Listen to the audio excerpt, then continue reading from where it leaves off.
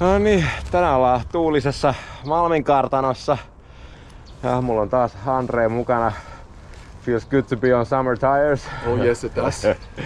Mä oon aikaisemmissakin jaksoissa ihmetellyt, että kuinka paljon pieni aktiiviporukka täällä saa aikaiseksi, kun sais moni kaupallinenkin toimija ottaa mallia, kun tänne vaan syntyy uutta. Ja taas tänne on toimitettu 18 000 kiloa kivituhkaa ja ne on julkaissut pitkän listan peruskorjauksia ja parannuksia ja uusia rakennelmia, mitä tänä kesänä syntyy. Eli odotan mielenkiinnolla, mutta mennään nauttii toivottavasti kohtuullisen kuivista reiteistä ja katsotaan mitä täällä tällä hetkellä on tarjolla.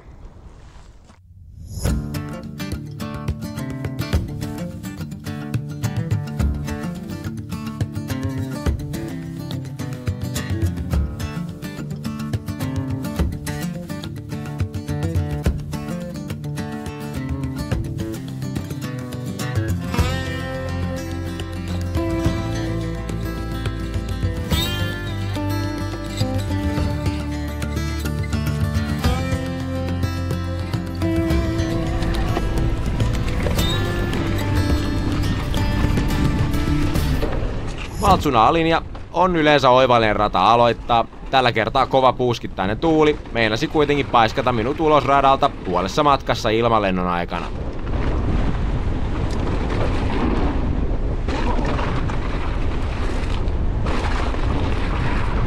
Loppuosa radasta sujui onneksi kommelluksitta.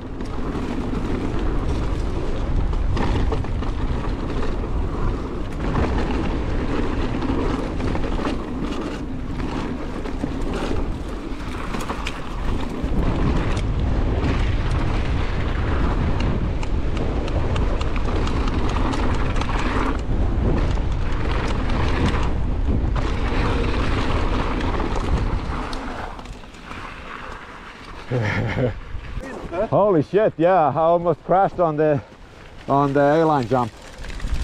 It just blew me sideways like a few meters.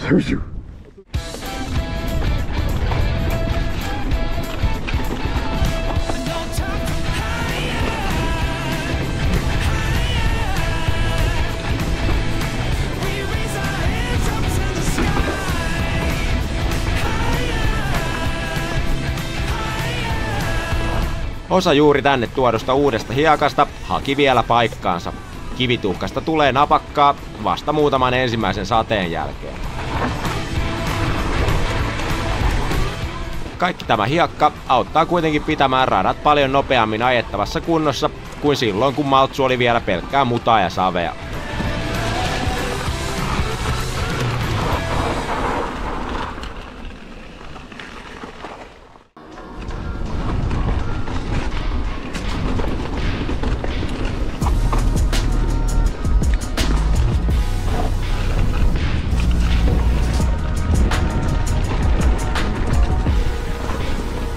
Talvella loistavasti toiminut oranssi oli ensimmäinen vastaan tullut vielä hiukan mutainen rata.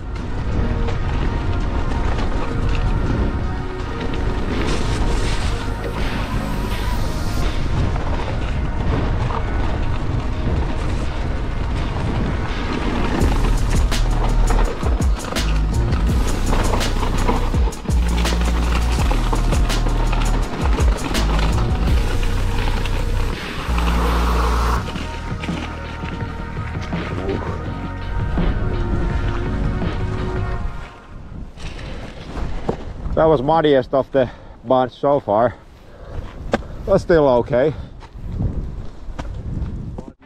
All right, let's do Eikani.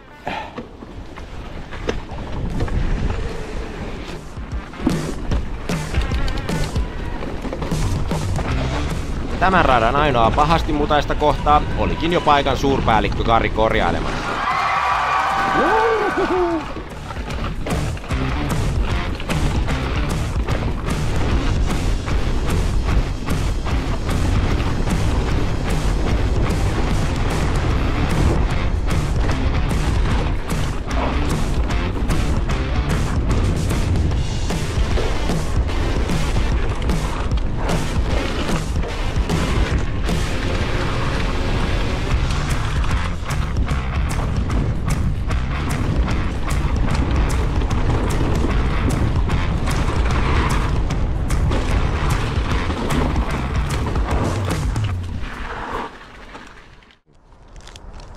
muutama väliaika mietitty täältä tuulisesta Maltsusta. On ollut kiva, kun ei ole tarvinnut viime kerralla miettiä, että onko syönyt sopivasti välipalaa ja jaksaako näillä energioilla, kun on ollut nostin vauhtikarkkeja mukana. Ja toinen, mikä on toiminut törkeä hyvin nyt keväällä, niin nämä Leatin uudet tämän kauden windproof-hanskat on just sopiva tämmöisille vähän viileille tuulisille keleille. Tosi mukava ajaa, hyvä grippi, mutta sen verran paksumpi selkäpuoli, et ei puhalla läpi näpeille. Ainakin tämmöisen kylmänäppiselle sopii. Mennään takas mäkeen. So like, no need to pedal or anything, but you need to use the berm here. If you check out the tire marks here, they are pretty high. So you want to actually use that and not end up in the bog down there. Välillä tuttujakin ratoja on hyvä speksata uudestaan, erityisesti olosuhteiden vaihdellessa. Esimerkiksi tällä kertaa tämän käppihyppyrin lähestymiseen vaikutti sekä vielä pehmeähkö rata että kova vastatuuli. Tämmöiset asiat on ikävä huomata vasta saapuessasi kovaa vauhtia kohti hyppyrin nokkaa.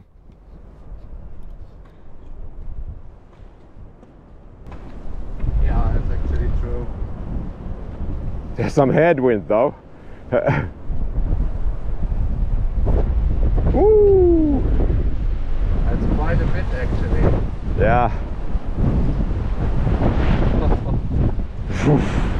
I'm not quite sure. I just do this. Yeah. And then I roll it. Sure. But the last 4 or last 5 make a big difference. The added But planks here. It's quite soft, right? Still. Yeah, but I don't know if it makes any difference. Yeah. It's a full bottom out anyways. But basically you just roll in the middle. Good vibrations. Good vibrations, don't like you have to do that. Puuskittainen tuuli ei kyllä oikein houkuta tätä vetämään, mutta vedetään silti.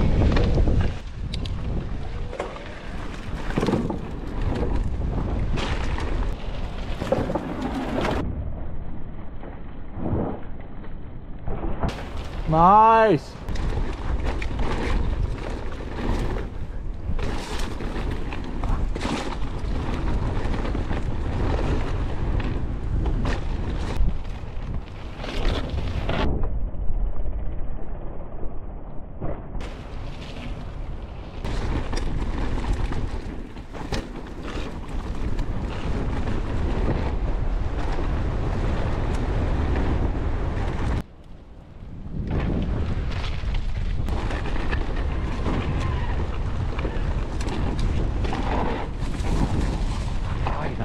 Sama.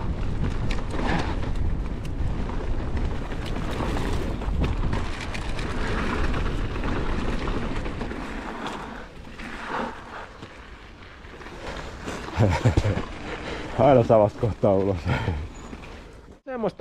Semmoista kevätajelua tänään. Oli melkoisen tuulista. Ja kyllä täältä vähän muutaakin löytyi, mutta yllättävän paljon myös kuivia ratoja. Eiköhän tää on ihan timantissa, sanotaan 1-2 sisään ja sen jälkeen vaan kovaa ajoa. Jos et ole hankkinut tänne Kausariin vielä, niin sellainen kannattaa hankkia. Se on käytännössä niinku suunnilleen yhden tai 2 hiihtolipun hintainen ja sen jälkeen tää saa ajaa ympäri vuoden. Jos katsot tänne asti, pistä vielä peukkuu videolle ja nähdään ensi kerralla.